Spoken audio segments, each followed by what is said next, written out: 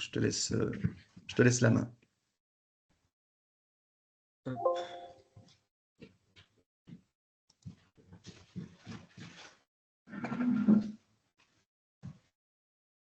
C'est bon.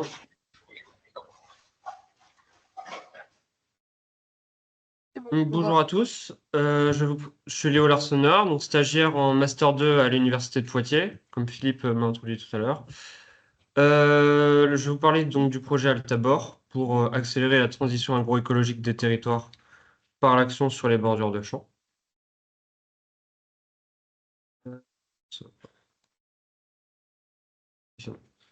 Donc Altabor, c'est un projet qui a démarré en 2023 et qui se poursuit encore en 2024.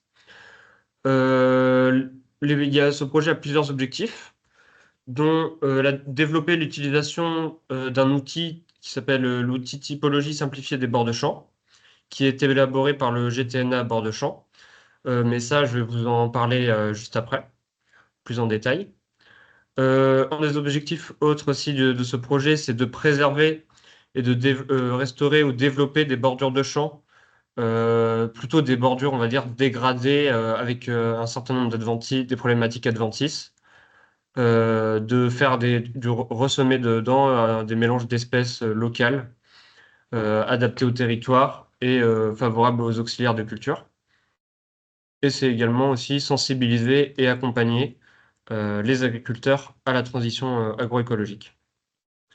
Donc, au niveau de l'organisation de ce projet, c'est la Chambre d'agriculture de Nouvelle-Aquitaine qui est porteuse du projet. Donc, c'est la structure là où je fais mon stage.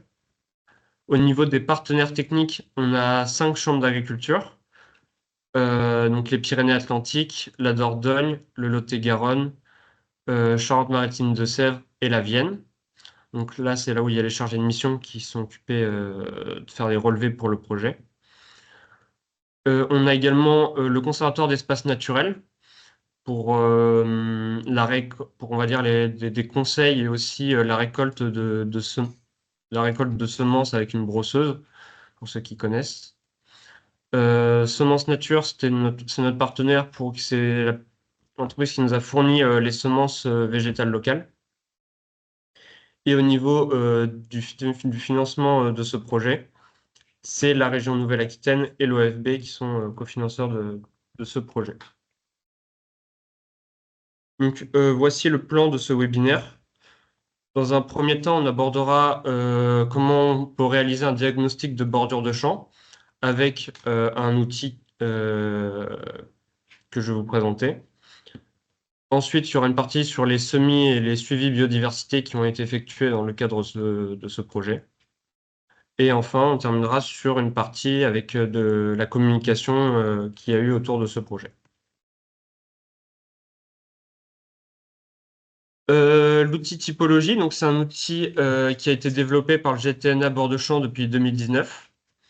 C'est un outil qui est complémentaire à EcoBordure, dans le sens où il y a besoin d'avoir moins de connaissances au niveau de la végétation et il est adapté à un contexte un peu plus large, dans un contexte de plaine ouverte et avec du bocage.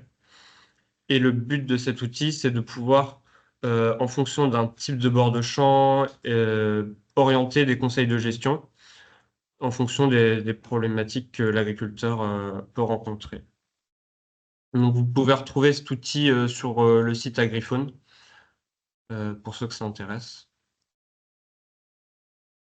Donc avant, vu qu'on va parler beaucoup de bordure de champ, je pense que c'est intéressant de le définir. Donc en fait, la définition à retenir, c'est qu'il s'agit du milieu qu'on trouve entre une culture et un autre milieu. La zone intermédiaire, en fait, souvent c'est une zone herbacée assez homogène et donc c'est ça qu'on appelle bordure de champ. Hop. Donc là, je vais vous présenter comment fonctionne un peu, comment on caractérise un bord de champ avec cet outil. Donc ça se passe à l'aide d'une clé de détermination. Donc là, vous avez sur la gauche une photo d'un suivi terrain qui a été réalisé dans la Vienne.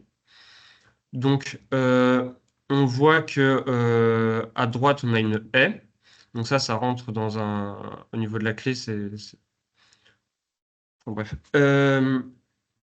On a une haie à droite. Vous avez votre parcelle sur la gauche, là, une parcelle de colza. Et on voit là, en fait, que la bordure, eh ben, il n'y a pas beaucoup de végétation et on a le bord qui est existant, mais de la végétation qui est morte. Donc là, on suit la clé. Donc là, bord extérieur de champ. Nous, on a des éléments fixes boisés, donc c'est pas exactement. Il y a aussi la même clé, mais avec les haies, en fait, c'est juste on rajoute un H au fil. Euh, donc on n'a pas de végétation entre la parcelle et le milieu adjacent, ou si elle est présente, elle est très détruite. Et on est sur donc un bord existant, mais avec de la végétation morte. Donc on est sur un type B, mais BH parce qu'il y a une haie à côté. Avec cet outil, on peut aussi définir un faciès botanique sans rentrer dans les détails des espèces qui sont présentes sur le bord, mais on va dire avec la reconnaissance d'espèces exotiques envahissantes ou de pourcentage de recouvrement d'adventices. Donc en général, c'est assez bien connu par les conseillers agricoles ou l'agriculteur.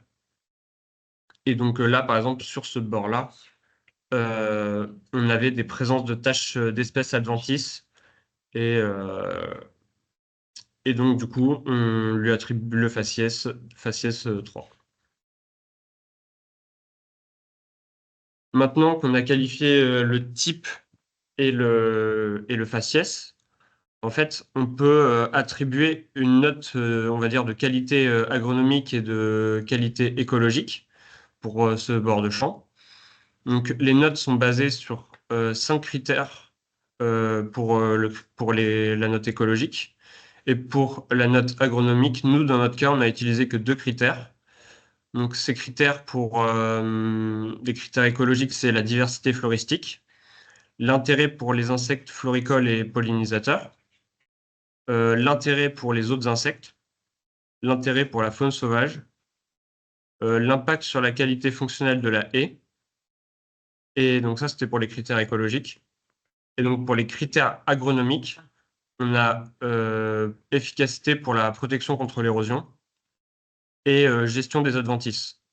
Donc en fait, on part du principe qu'un bord, on va dire, où il n'y aura pas de végétation, ou avec la végétation sera avec des taches d'adventices, etc., sera plutôt un bord de champ de pas très bonne qualité et qui ne pourra pas jouer justement ses rôles d'un point de vue agronomique et agronomique et écologique. Avec, par exemple, si vous avez des bordures semées en dicotylédone ou des bordures supérieures à 1 mètre de large, eh ben, elles seront plus susceptibles d'accueillir une grande diversité floristique et ainsi avec tout le cortège des insectes et de la faune, la petite faune sauvage. Au niveau des notes, je ne vais pas rentrer tout dans les détails, mais en gros, pour avoir les notes, c'est les conseillers qui rentrent ça sur un fichier Excel. Et après, ils calculent. Oui, c'est des matrices. Mais dans notre cas, en fait, il va prendre les différents critères en fonction du type de bord de champ qu'on lui a indiqué. Donc là, par exemple, tout à l'heure, on était sur un bord de champ de type BH. Donc, il va faire la moyenne du critère faune sauvage et impact haie et la moyenne du diversité floristique sur un certain type de faciès, moyenne de la note de pollinisateur, moyenne du critère insecte. Mais on va dire, ce qu'il faut retenir, c'est qu'en gros, on rentre nos données, puis ça nous sort une note sur 10. Donc, dans le cas de notre bord de champ, ça nous fait, là, vous avez le détail du calcul, ça nous fait 1 sur 10. Donc là, après, c'est la matrice dans laquelle Excel, il va chercher la note. Mais ça, c'est pareil, si vous avez, je développerai que si vraiment vous avez des questions à ce sujet-là. Mais ça, c'est pas la peine de développer. Donc ensuite, quel était l'intérêt d'avoir des notes? C'était pour plus facilement, on va dire, restituer et visualiser l'état de la bordure. Donc là, c'est pour faire des fiches agriculteurs. En fait, il y a des diagnostics qui sont faits à l'exploitation sur quelques bords, en général une vingtaine de bords choisis par les conseillers. Et ensuite, on peut définir une note d'intérêt agronomique et une note d'intérêt pour la biodiversité pour les différents critères écrits ici et que je vous ai parlé juste avant. Donc, un exemple de synthèse pour une fiche agriculteur. Donc, un avantage de ces fiches, c'est elles se rédigent de manière presque automatique. Vous avez juste à rentrer on va dire vos données de terrain et ça se complète automatiquement. Il ne faut pas tout rentrer à la main. Donc, sur la première page, vous avez la cartographie. Ensuite, vous avez les diagnostics de quelques bordures avec une photo, le type de bordure, le faciès botanique, l'intérêt de la bordure. On voit plutôt si c'est vert, on se doute que c'est bien, et rouge, pas bien. Avec justement les conseils associés à ces types de bordures et ces faciès. Par exemple, limiter les perturbations chimiques, augmenter, maintenir la hauteur de coupe, et puis éventuellement préférer fauchage au broyage, etc. Et ça, les conseils, ça se remplit donc tout seul via la fiche Excel. Et ensuite, à la fin, le conseiller rédige quelques lignes pour l'exploitation et fait un peu le bilan de ce qu'il a pu trouver. Donc voilà, ça c'est un exemple de cartographie en détail. Il y avait des nichoirs aussi à abeilles qui avaient été positionnés. Et on voit justement tout ce qui est plutôt rouge-orange, que c'est pas que c'est des bords de pas très bonne qualité. Alors que sur des bords qui tendent plus vers le vert, c'est de bonne qualité. Et voilà, hop. Donc aussi, le fait d'avoir des notes et d'avoir, on va dire, des synthèses par agriculteur, on a pu réaliser des synthèses par département et au niveau de la région. Donc, dans le cadre du projet Altabor, on a eu 25 exploitations en Nouvelle-Aquitaine, avec 5 exploitations par département, et environ 25 bords de champs par exploitation. Donc, ça fait au final 588 bordures qui ont été diagnostiquées par les conseillers des différentes chambres partenaires de ce projet. Au niveau du rendu du coup, de ces synthèses départementales, voilà à quoi elles ressemblent. Alors, ce pas les versions finales, mais ça permet d'avoir quand même une idée. Donc, on a une page sur la présentation des différentes exploitations du département. Ensuite, une page sur comment la typologie a été utilisée à partir d'une photo d'une exploitation, comment on a choisi le type et le faciès. Et enfin, il y a un bilan du nombre de chaque type de bordure qui est présent. Par exemple, là, c'était pour le Lot-et-Garonne, et il y avait beaucoup de types bords de champ d'une largeur supérieure à 1 mètre, avec, avec les... Enfin, il y avait une caractéristique du Lot-et-Garonne, c'est qu'il y avait des tournières, mais en gros, c'était des bords de champ supérieurs à 1 mètre, qui étaient et comme on le voit sur le graphique en dessous, ce type de bord de champ est associé à un score moyen plutôt très élevé. Donc c'est plutôt, on va dire, sur le Lot-et-Garonne, du coup, il y a beaucoup de bords de champ de bonne qualité. Ensuite, vu qu'on a des synthèses par département avec ces indices, on peut voir par exemple que les départements de la Dordogne, du Lot-et-Garonne et des Pyrénées-Atlantiques ont des scores d'indices qui sont globalement plus élevés que les 2CV et le 86. Et donc ça, après, ça nous permet de se poser des questions, par exemple, au niveau de l'analyse, si on veut aller plus loin, par exemple, ce que je vais faire dans le cadre de mon stage et de mon mémoire. Est-ce que, par exemple, ces différences-là sont dues au type d'exploitation, par exemple, polyculture élevage, qu'on va peut-être plus retrouver en Dordogne et en Pyrénées-Atlantiques, mais Et en Lot-et-Garonne, bah, du coup, contexte d'arboriculture avec des bordures assez larges. Alors qu'en contexte de plaine céréalière, comme dans le 79 et dans le 86, où là, bah, justement, les bordures sont peut-être moins larges, avec associées à peut-être plus d'adventices. Enfin voilà, c'est des questions qu'on peut se poser et on peut essayer d'analyser un peu plus loin après.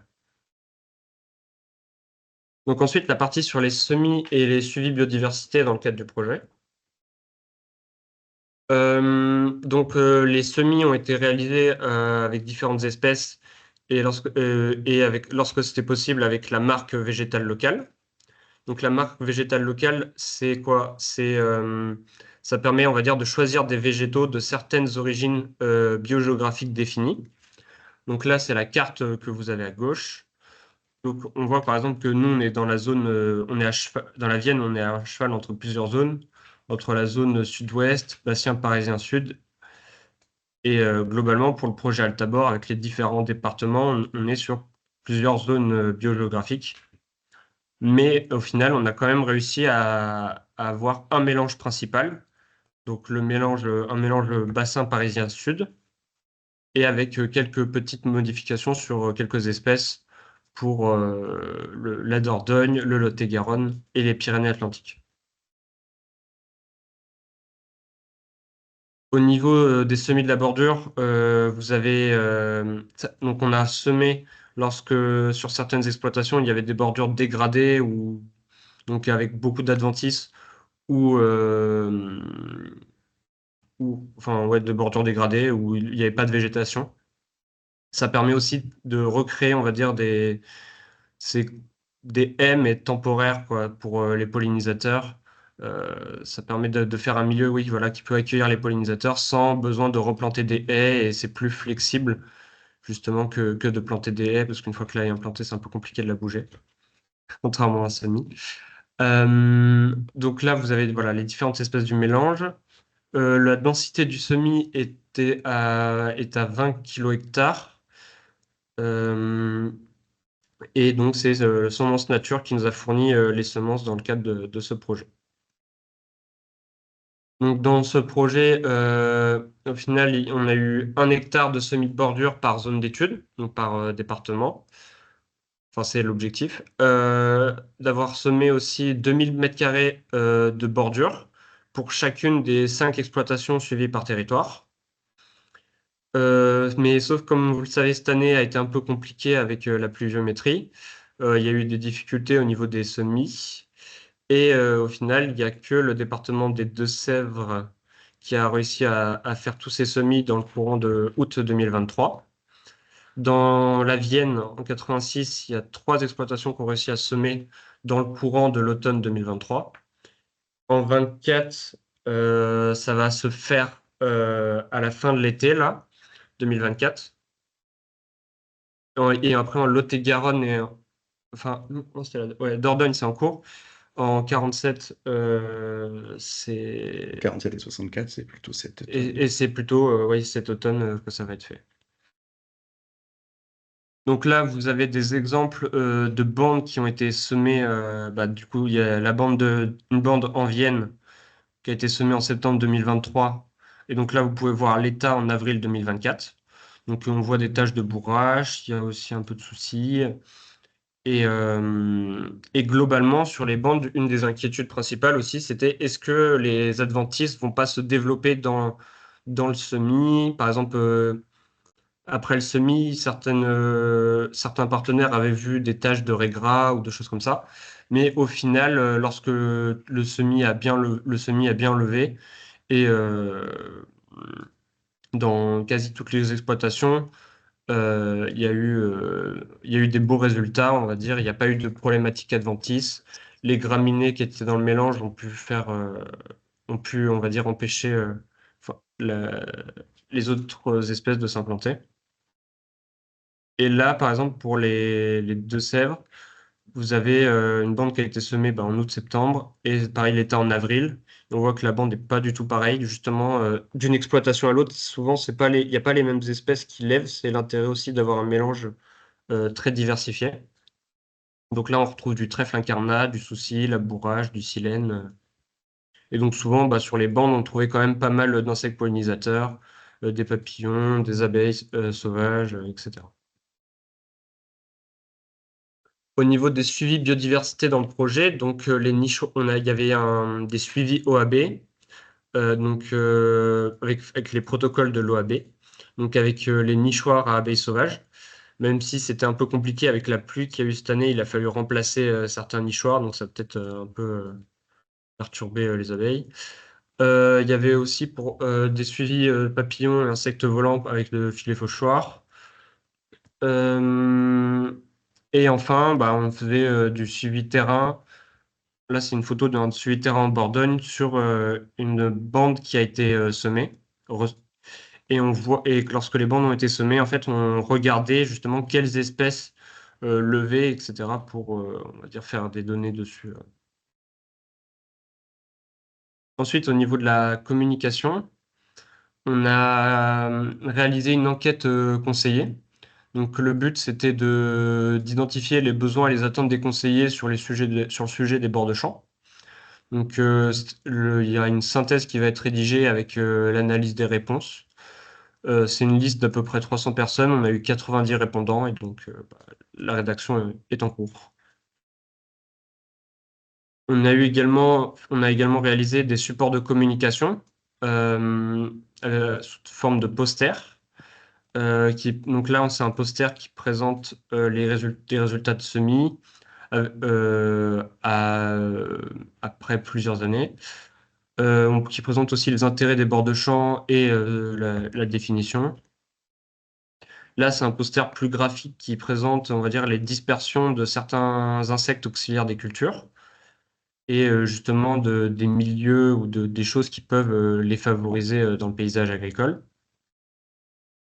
Ensuite, c'est un poster, là, c'était sur, on va dire, des conseils, des préconisations sur la gestion des adventices, le rapport coût-bénéfice, parce qu'on part du principe qu'une bande qui est en bon état, où il n'y aura pas de problématique adventice, et il n'y aura pas forcément besoin de l'entretenir tous les ans.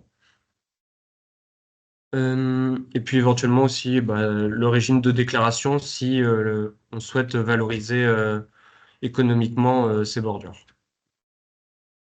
Et enfin, un poster de présentation globale du projet.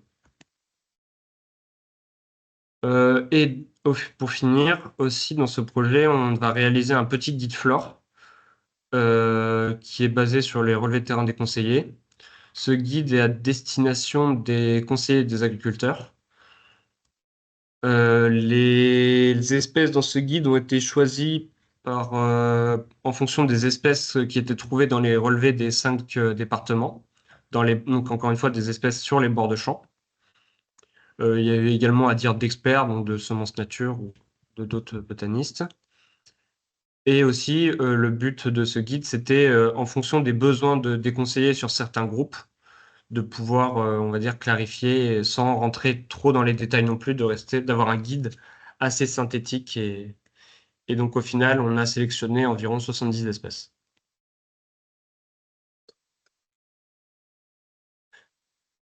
Voilà. De quoi? Ah oui, donc dans ce guide, il y a la famille qui est présentée en haut, le nom commun, le nom latin, l'habitat. Bon, même si pour les espèces des bords de champ, globalement, l'habitat est à peu près le même partout. Et la description avec justement les critères qui peuvent permettre d'identifier l'espèce. Là, bon, c'est des photos qui avaient été prises sur Internet, mais dans le cadre du projet, on a aussi réalisé on a une petite banque de photos pour ce guide flore. Et on a rajouté aussi les périodes de floraison pour essayer des fois de discriminer certaines espèces. Au niveau des actions de communication, il y a eu une opération, il y a eu une journée technique à Griffon le 12 juin 2024 sur les bandes mellifères, où justement on a pu afficher les posters. Ensuite, il y a eu des journées avec des démonstrations de fonctionnement de brosseuses. Donc, c'est une machine qui permet à partir d'une prairie de récolter les espèces qui s'y trouvent. Et aussi, il y a eu des interventions lors d'une réunion Arbo le 8 mars dans dans le Lot-et-Garonne. Donc au final, pour ce webinaire, qu'est-ce qu'on peut retenir? C'est que la typologie des bords de champ, c'est encore un outil en développement et bah, il y a c'est un outil qui évolue en fonction des retours qu'on va lui faire. Et donc c'est intéressant aussi d'avoir peut-être des commentaires là-dessus pour ceux qui l'ont utilisé. Ça permet de qualifier un type de bord de champ pour après adapter des conseils de gestion. C'est adapté à un certain contexte et donc peut-être que dans certaines zones ou certains départements, ce sera encore à adapter. Et les bords de champ, donc ça peut être un des leviers mobilisables pour la transition agroécologique des exploitations. Mais ça, c'est pareil, si vous avez des questions dessus, on peut détailler et échanger là-dessus. Et voilà, je vous remercie pour votre attention. Si vous avez des questions, c'est le moment. Merci, merci Léo pour cette présentation. En tout cas, voilà. Donc effectivement, donc voilà, s'il y a des questions, Chloé, je te Oui. laisse la main. Oui, alors déjà, juste, je voulais donner une petite précision sur la typologie des bords de champ. Tu dis qu'elle est encore en développement, mais elle est développée depuis 2019 et elle est validée depuis 2023. On a fait plusieurs vagues de conception et de tests successifs justement sur l'ensemble du territoire avec des contextes polyculture, élevage et grande culture. Donc, juste pour préciser que la typologie des bords de champ, elle est accessible en téléchargement PDF sur le site d'Agriphone et elle est en cours d'impression. Donc, il y aura un certain nombre d'exemplaires à destination des conseillers et des acteurs du développement des territoires ruraux. Donc, je pense notamment aux fédérations des chasseurs et aux chambres d'agriculture au niveau des animateurs régionaux des programmes Agriphone. Donc là, c'était la petite info en exclu, on va dire. Alors, il y a pas mal de questions. Alors, moi, j'en ai pas mal, mais je vais essayer de structurer un peu le truc. Alors, déjà, il y a des questions sur la méthodologie, notamment sur l'attribution des notes pour les critères agronomiques et biodiversité. Est-ce que tu peux préciser quelle attribution de notes tu fais selon les critères de la typo? Alors moi, je peux peut-être commencer à répondre. En fait, le travail là sur l'attribution des notes donc, a été initié dès 2023, donc avec un service civique que la Chambre d'agriculture de la Vienne avait justement sur ce sujet-là. Effectivement, ça a été un petit peu toute la difficulté de savoir comment on allait comment dire identifier en fait ces notes. Il a dit un peu donc Léo, c'est plus en fait la bordure est intéressante, on va dire, en termes de largeur, en termes de faciès botanique, en termes de présence effectivement des espèces herbacées. Euh, donc on se dit qu'il y a effectivement là un potentiel plus intéressant à la fois sur l'agronomie et à la fois sur la dimension écologique. Donc ce sont des notes qui vont de 0 à 10 en fait. Et en fonction des différentes bandes, bon, ben, on a gradué. Ça n'avait pas été fait, donc il fallait bien que quelqu'un se lance. On s'est lancé. Et en tout cas, on pourra peut-être revenir à ce moment-là, peut-être lors d'un atelier dédié pour peut-être mieux envisager ou retravailler tout ça. Alors, je vois qu'Aurélie Delmas, Aurélie, tu peux peut-être préciser, voilà, oui. préciser des éléments. Oui, bonjour. Donc oui, j'avais encadré le service civique avec ce premier travail. En fait, dans la typologie, donc on a à la fin un tableau qui, justement, pour chaque type et chaque faciès, nous donnait pas des notes, mais des couleurs, allant du vert au rouge en passant par le orange et le jaune. Et en fait, on a attribué une note justement entre 0 et 10 ou entre 0 et 1, en fait, Oui. pour chaque couleur en divisant, voilà, en divisant par tranche, en fait, simplement. Donc, par exemple, le rouge, c'était peut-être 0, je sais plus, le Oui, orange, le 0,33, etc. c'est ça. Le jaune, Mais 0,66 et le vert, 1. Et donc, c'était comme ça qu'étaient attribuées les du notes et qui nous permettaient le calcul ensuite de l'indice Du global. coup, j'ai une question un peu. Alors, c'est peut-être une question philosophique, je sais pas. Et ça, c'est mon avis et ça regarde que moi et ça remet pas du tout en cause le travail qui a été fait. Je me pose la question quand même d'agréger des critères. C'est-à-dire que, bon, ça va être rarement le cas, mais on pourrait avoir, si, ça peut être le cas. Par exemple, sur un critère biodive, on peut avoir une bordure avec beaucoup de recouvrement de graminées, qui potentiellement, graminées non adventices, qui peuvent être Mm. super intéressantes pour le refuge, par exemple, des oiseaux, des carabes, mais pas du tout intéressantes pour les pollinisateurs, puisqu'on n'aura pas de ressources nectar. Du coup, si on agrège, on aura une note par rapport aux critères de la typo. Finalement, on va peut-être gommer ou flouter les faits. Oui. Alors, enfin voilà, c'est vraiment une question ouverte. Je n'ai pas forcément de réponse. C'est juste pour peut-être un peu amener des réflexions, de se dire, bah, l'agrégation d'une note peut peut-être aussi finalement ça simplifie, c'est peut-être plus facile pour passer un message, faire comprendre, mais ça peut aussi diminuer la Oui. précision de l'information ou trop être, on va dire, dichotomique. Enfin, je ne sais pas comment dire, mais Mm. voilà, bon, Oui, c'était oui, un non, mais je retour. pense que tu as raison, Chloé. Il y a effectivement, on peut gommer certains aspects comme ça, effectivement, comme tu l'expliques. Après, voilà, nous, effectivement, l'idée, c'était de se dire comment. Parce qu'en fait, les agriculteurs, qu'est-ce qu'ils nous demandent? Ils nous demandent, est-ce que ma bordure, elle est bien, elle n'est pas bien? Voilà, donc, et puis comment aussi se comparer aux autres? Donc, on s'est dit, ce serait peut-être bien d'avoir des codes couleurs, même si je sais aussi, par exemple, que dans le cadre de l'OAB, on revient aussi sur ces fameux codes couleurs, ces notes, ces critères. C'est assez difficile. Oui, Mais en tout cas, voilà, moi, je pense il y a matière, en tout cas, à peut-être retravailler, en tout cas, sur ces fameux scoring, hein, sur ces scores. Oui, oui, oui. Voilà, mais bon, je trouvais que c'était un l'important, exercice intéressant. l'important, effectivement, Philippe, c'est ce que tu dis, c'est quel retour on fait à l'agriculteur et la Voilà. typo, elle est conçue pour Mm. ça aussi, pour amener du dialogue et amener des changements De de pratique, perception des de bordures. perception. Mm. Du coup, toujours sur la méthode, je voulais savoir comment vous aviez choisi les exploitations et les bordures au sein des exploitations, parce que sur ce travail-là, si l'idée c'est de noter les exploitations entre elles et d'avoir aussi une vision globale de la qualité des bords de champ par département.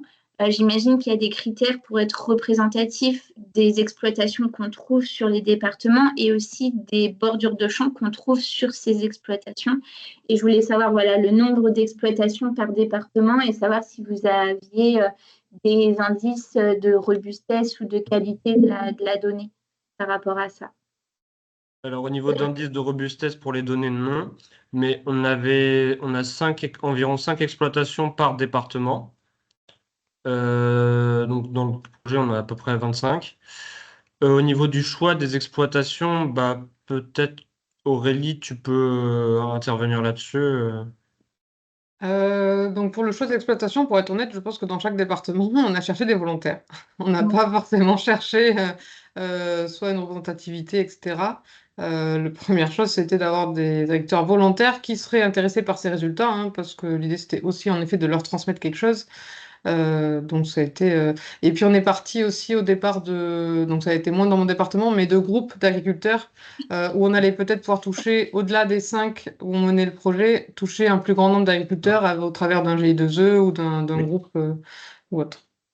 Et la C'est ça. perception des conseillers par rapport aux exploitations qu'ils ont diagnostiquées, est-ce qu'ils se sont dit bah, c'était des exploitations plutôt, on va dire, déjà sensibilisées avec des belles bordures ou vraiment ce qu'on a l'habitude de croiser en plaine parce que sans forcément avoir des volontaires, quand on se balade dans le territoire, on se rend bien compte de la qualité des bordures de champs globales, quoi.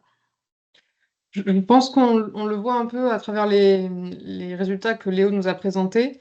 En Vienne et en Deux-Sèvres, on est sur des exploitations céréalières de plaine plutôt. Et je pense que ça se ressent dans les types de bordures qu'on a pu observer, alors qu'on a des profils différents dans les autres départements. Il y avait des arboriculteurs, voilà, on n'a pas tous le même profil d'agriculteurs déjà entre départements. Donc voilà, on a finalement, oui, on va essayer de comparer des données, mais enfin, Léo a récolté des informations sur les exploitations parce qu'il sait très bien que on a des profils tout à fait différents. C'est ça. Et donc, effectivement, dans les départements de la Dordogne et des Pyrénées-Atlantiques, donc là, effectivement, on est plutôt sur des profils de polyculteurs-éleveurs, plutôt dans des paysages, on va dire, semi-bocagés, hein, parce qu'il y a beaucoup de haies, en fait, hein, plus de haies dans les exploitations qui ont été choisies et qui sont quand même représentatives, en tout cas, alors peut-être pas du département, mais en tout cas d'un secteur Oui, voilà. dans lequel les agriculteurs sont. Ce ne sont pas des agriculteurs qui sont éparpillés sur le département, hein, donc c'est bien plutôt, ils sont assez représentatifs de la zone où ils étaient localisés. Voilà, ça a été dit aussi, on souhaitait plutôt des agriculteurs qui soient dans un groupe, que ce soit un groupe défi, un GI2E, un groupe 30 000, un GDA, enfin autre, voilà, pour justement permettre aussi des échanges entre eux. D'ailleurs, ce qui a été fait, oui, donc il y a eu des actions de communication qui ont été réalisées, y compris en 2023. Là, tu en as présenté quelques-unes en 2023, en 2024 où donc nombre d'agriculteurs étaient présents. Mais aussi, il y a une enquête qui a été faite auprès des agriculteurs, justement, sur leur sensibilité, leur intérêt par rapport aux bordures de champs. Là, c'est pareil, les résultats sont en cours de traitement. Et puis, ben, sur le nombre de bordures, il me semble que Chloé, ça a été une des questions. Le nombre de bordures, ben, je crois qu'on en est à presque une centaine par exploitation, non? C'est pas ça? Je me souviens plus C'était trop. surtout comment tu sélectionnes la bordure dans l'exploitation. Enfin, est-ce que tu as une vision représentative des bordures quand tu fais le diagnostic de l'exploitation? Aurélie, tu veux répondre? Ouais, vas-y, Aurélie. Euh, pour le coup, après, au sein des exploitations, on a essayé de voir différents types de bordures. Voilà. Alors, on s'est limité à entre 25 et 30 bordures par exploitation, en essayant d'avoir une diversité de bordures. Et puis après, bah, c'est sur le terrain qu'on voyait ou pas cette diversité. Mais déjà en amont, bah, on pouvait identifier s'il y avait des haies ou pas, si on était sur le même type d'assolement, etc. Donc, on a essayé de diversifier dans nos exploitations.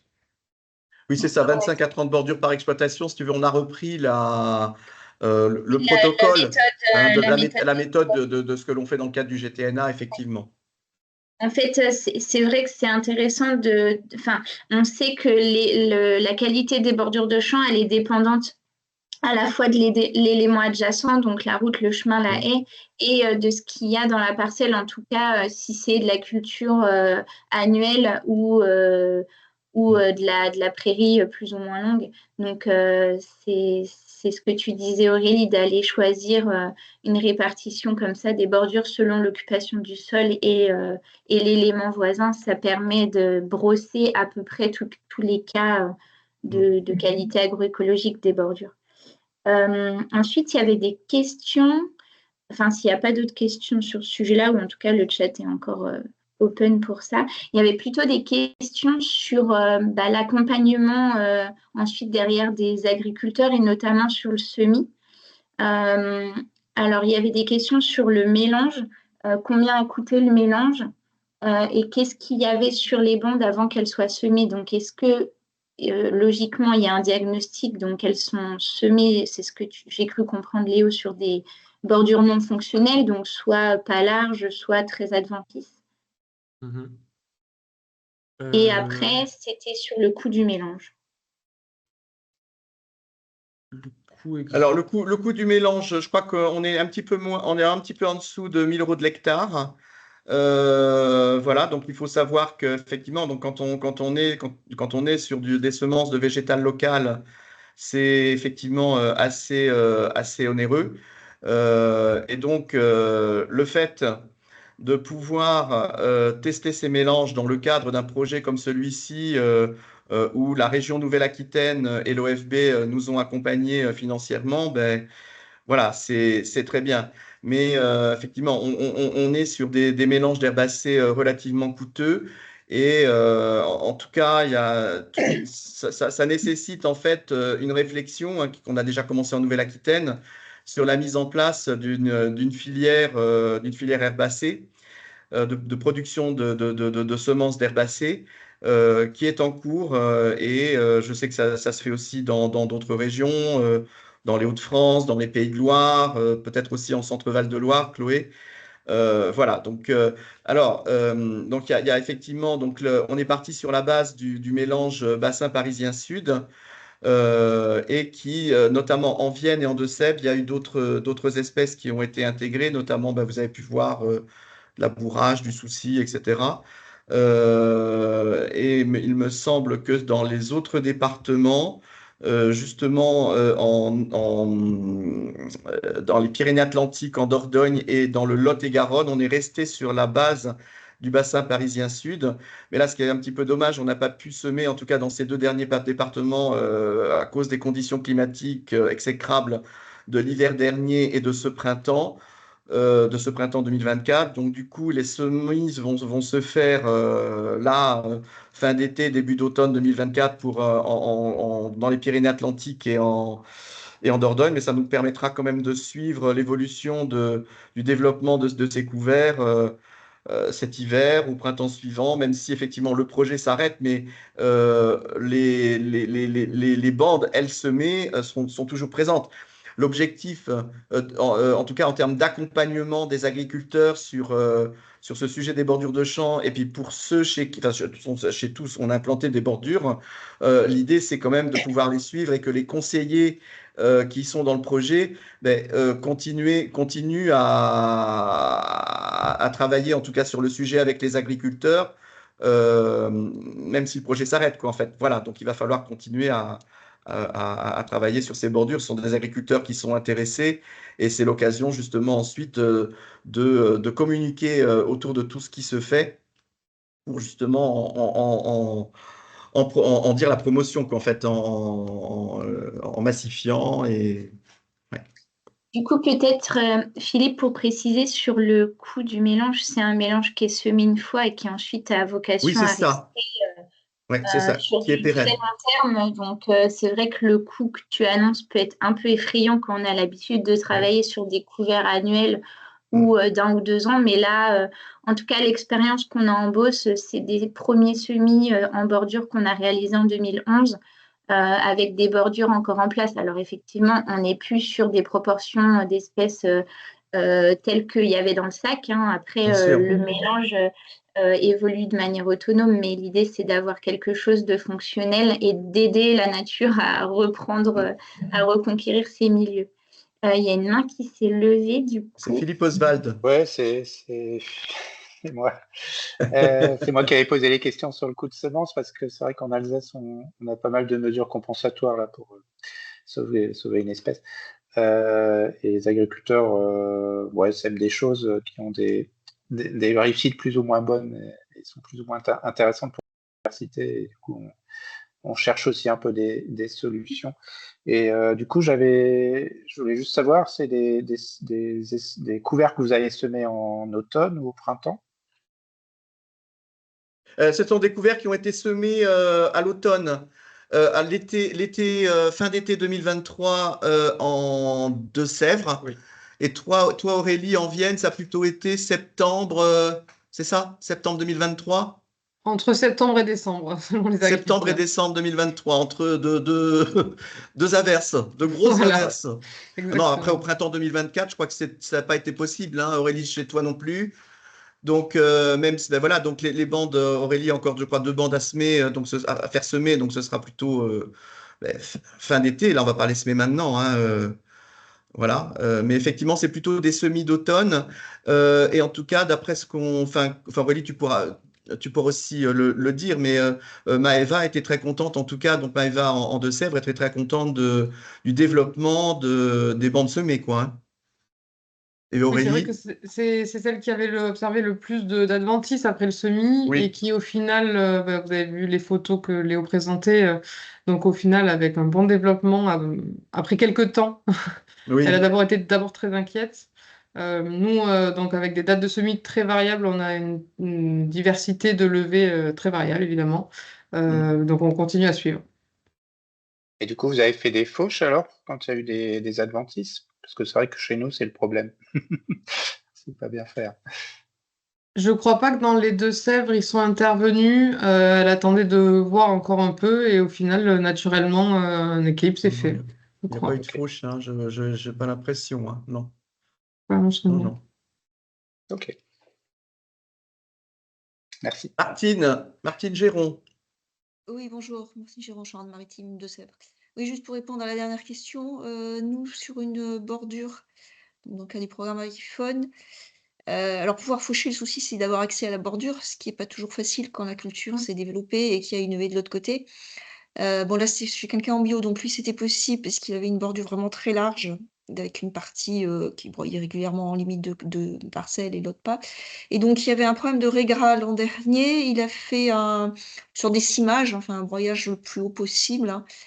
Et cette année, ça semble satisfaisant parce que cette année, il y avait quasiment plus de régras. Donc, effectivement, quand c'est possible, je pense que ça peut être utile. Mm. J'avais posé une question par rapport au mélange, parce qu'effectivement, c'est quand même très cher. Oui, Nous, ça avait raté la première année pour cause de sécheresse en 2022, sécheresse prolongée à l'automne, on a dû ressemer. Et voilà, je me demandais en moyenne ce qu'on a pu estimer au bout de 2-3 ans, hein, parce qu'il y a beaucoup d'espèces qui apparaissent que la deuxième année. Combien d'espèces du mélange s'expriment réellement?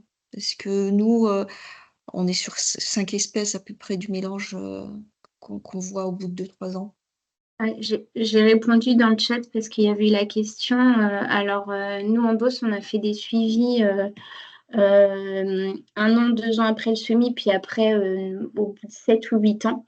Et on a vu sur une vingtaine de bordures semées, avec un mélange composé de 19 espèces, une richesse spécifique qui va à 32 espèces en moyenne 2 ans après le semis. Donc, ça veut dire qu'on a les espèces semées. Il y a des espèces qu'on voit apparaître au bout de 3-4 ans. C'est assez normal, mais globalement, on les voit quasiment toutes en des proportions très variables, qui sont liées surtout, je pense, alors je ne l'ai pas testé statistiquement, mais c'est ce que j'ai pu observer, liées aux conditions climatiques. Par exemple, on avait semé 2 bordures sur la même exploitation de part et d'autre du chemin, une en 2016, une en 2019. Donc 2016, année hyper pluvieuse, assez humide, et 2019, année très sèche. Et en fait, on a une bordure avec beaucoup de légumineuses qui s'expriment, pas mal de trèfles blancs d'un côté, et de l'autre côté, une bordure où il y a beaucoup moins de légumineuses et beaucoup de plantains, qui sont des espèces qui sont très robustes à des conditions un peu limitées en termes de chaud et d'alimentation hydrique. Donc voilà, mais globalement, on les observe, enfin, sauf aléas, et c'est aussi l'idée d'avoir un couvert à 19 espèces, c'est-à-dire que s'il y a une ou deux espèces qui ne se plaisent pas par rapport à des conditions de semis, par rapport à des conditions de sol, ou à la nature du sol, on est quand même sur une grande diversité, et l'objectif, c'est pas on n'est pas comme dans un raisonnement de culture, on ne veut pas récolter ce qu'on sème. Ce qu'on veut récolter, c'est l'augmentation de la biodiversité et inviter à ce que les espèces spontanées et vivaces viennent s'installer, quoi. Comment entretenir les bandes quand les vivaces ou les adventices ressortent? Alors, on l'a déjà un peu évoqué. C'est vrai qu'il y a enfin, le broyage est quasiment, enfin, en tout cas, nous, en Beauce, c'est ce qu'on voit. On a une grosse pression, chardon, brome, chiendent, gaillet. Et alors, l'idée, c'est déjà de soigner le semis. Effectivement, c'est ce que tu disais, Martine, le couvert, il est cher. Et l'idée, c'est vraiment d'être aux petits soins, comme on serait aux petits soins pour semer un colza dans une parcelle, quoi. Donc, c'est avoir une bonne destruction du couvert présent, faire 1 ou 2 faux semis pour épuiser la banque de graines et après venir semer sur un sol fin et frais en fait. Venir rouler. Et malgré tout, nous, on observe beaucoup quand même de levées d'adventices au premier printemps. Les adventices d'automne quand on sème à l'automne. Alors, nous, on n'exporte pas, on n'a pas la possibilité, mais on fait un broyage haut et dès la 2e année, le couvert s'exprime et c'est assez normal parce qu'il est composé de beaucoup de vivaces qui ont un développement très lent. Donc, voilà. J'ai vu qu'il restait 5 minutes à la réunion. Ouais. Est-ce qu'il y a d'autres questions Il y avait des questions sur les accès aux documents de communication et de valorisation. Est-ce que c'est des choses que vous allez Oui. diffuser, notamment dans le cadre peut-être d'Agriphone ou de GTNA, le mettre à disposition? Oui, bien sûr. Et j'avais une autre question par rapport à l'accompagnement des agriculteurs, parce qu'on est parti directement sur le semis, mais on sait que ce n'est pas l'unique pratique à mettre en place pour revaloriser ces linéaires. Du coup, je voulais savoir ce qui avait été fait comme accompagnement en dehors de l'accompagnement au semis, notamment par rapport au compte-rendu que vous avez fait aux agriculteurs. Est-ce que vous préconisez des modifications de pratiques de gestion au-delà du semis? Peut-être, oui, Aurélie. Donc là, je vais parler pour mon cas dans mon département. Je sais pas trop comment on fait les autres. C'est vrai que moi, au final, j'étais pas dans le cadre d'un groupe. Ça n'avait pas pu se faire au final. Donc après, moi, je leur ai fait des rendus individuels où on a échangé sur les résultats et on a discuté de ce qu'ils étaient prêts à mettre en place ou pas, de ce qu'ils avaient l'habitude de faire déjà donc justement, on a profité pour faire l'enquête qu'on a fait pour les agriculteurs et de voir qu'est-ce qu'ils étaient prêts à mettre en place ou pas. Voilà, c'était là, moi, du conseil individuel. Je pense que pour les autres départements qui étaient dans le cadre de groupe, ils ont essayé d'en discuter en collectif, du coup, sur l'entretien, des bordures.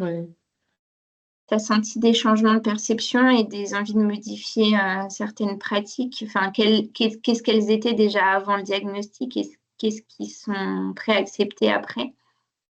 Moi, c'est des acteurs déjà sensibilisés, mais pour autant, je ne suis pas sûre qu'ils soient prêts à aller vers beaucoup de changements dans ce qu'ils ont l'habitude de faire, surtout sur les dates, par exemple, où ils ont l'habitude d'entretenir, où il y en a qui en termes de temps de travail, ils sont habitués comme ça, et je ne suis pas sûre que ça changera beaucoup. Mais bon, il y a des petits changements qui sont prêts à faire. Après, là aussi, moi, je suis face à des céréaliers. Quand on leur préconise de la fauche face au broyage, ils ne sont pas équipés.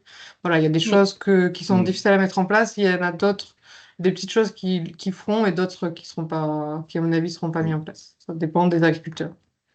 Et entendre un arrêt de gestion sur des linéaires sans problématique, ils ne sont pas prêts. Il y a un broyage, une fauche systématique ou pas? Non, moi, ça, après, voilà, ils étaient déjà un peu sensibilisés. C'était déjà des acteurs qui ont travaillé sur d'autres trucs, sur la biodiversité. Et non, ça, ils l'ont plutôt entendu. Puis il y en a qui déjà ne faisaient pas systématiquement l'entretien des bords de champ. Mais non, ça a été plutôt entendu.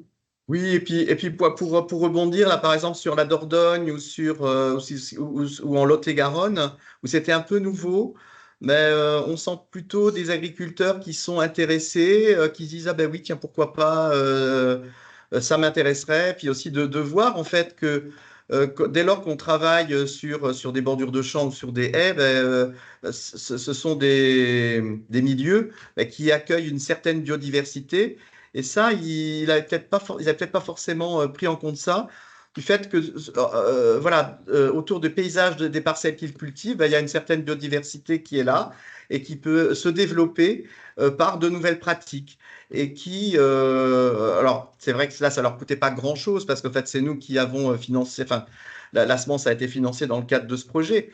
Mais voilà, ça interpelle, ça interroge et plutôt dans le bon sens, quoi. Voilà. Donc, il y a quand même à travailler bien sur ce sujet-là. Il y a une question justement sur les suites biodiversité qui pourraient être valorisées pour démontrer l'intérêt des bords de champs et notamment alimenter la base du MNHN. Alors, je me permets une première réponse déjà dans le cadre d'Agriphone avant que vous complétiez sur Altabor.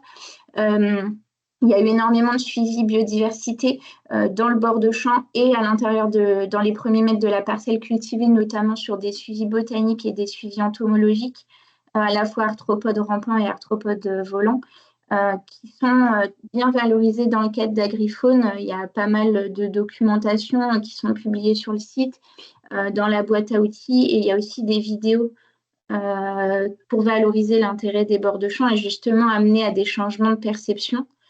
Alors après, ça alimente pas forcément la base de données du MNHN parce que c'était pas forcément des suivis liés au protocole des suivis du MNHN, mais il y a des protocoles standardisés dans Agrifaune qui permettent aussi d'alimenter ces arguments-là. Après, Agrifaune, c'est vraiment de la démonstration, c'est de l'expérimentation à vocation démonstrative qui s'appuie sur des choses suivi de manière scientifique et publié.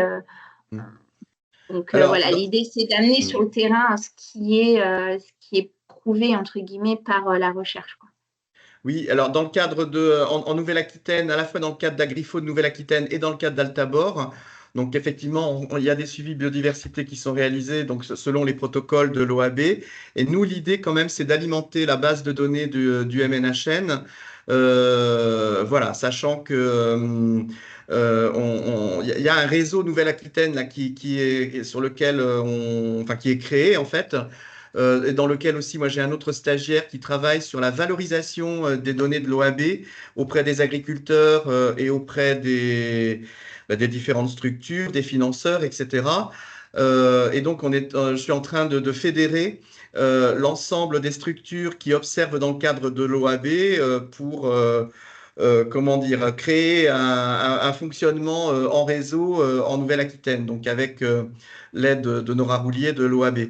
Donc voilà, en fait, effectivement, il y a différents protocoles d'observation. Je pense que quand on travaille en tout cas sur ces milieux-là, ces milieux herbacés, ces milieux haies et autres à l'échelle du paysage, c'est toujours très intéressant de faire ces suivis de biodiversité qui montrent que les pratiques agricoles, quand elles ne sont pas trop perturbantes, en tout cas peuvent accueillir une certaine biodiversité, notamment des insectes, des pollinisateurs, de la petite faune. Et ça, c'est toujours intéressant de le montrer, quoi, de le valoriser. Donc oui, nous, en tout cas, dans le cadre du projet Altabor, comme en Nouvelle-Aquitaine, l'idée, c'est de quand même alimenter la base de données de l'OAB, même si on en est conscient, il n'y aura peut-être pas tous les éléments, quoi.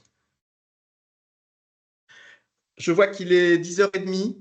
Je ne sais pas si on a fait le tour, Chloé, des différentes questions. Parce que j'ai peur que mon webinaire se coupe là. On a Ouais. déjà. J'ai l'impression, après, s'il y a des dernières volontés, Voilà. ouvrez vos micros et vos caméras. Je pense qu'on a bien brossé l'ensemble des questions. J'en ai répondu à quelques-unes dans le chat. Voilà.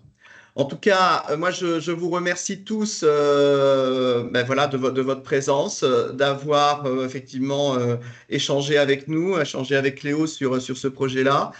Donc, je vous remettrai le lien de ce webinaire qui a été enregistré, ainsi que je vous mettrai aussi à disposition donc le diaporama qui a été présenté par Léo.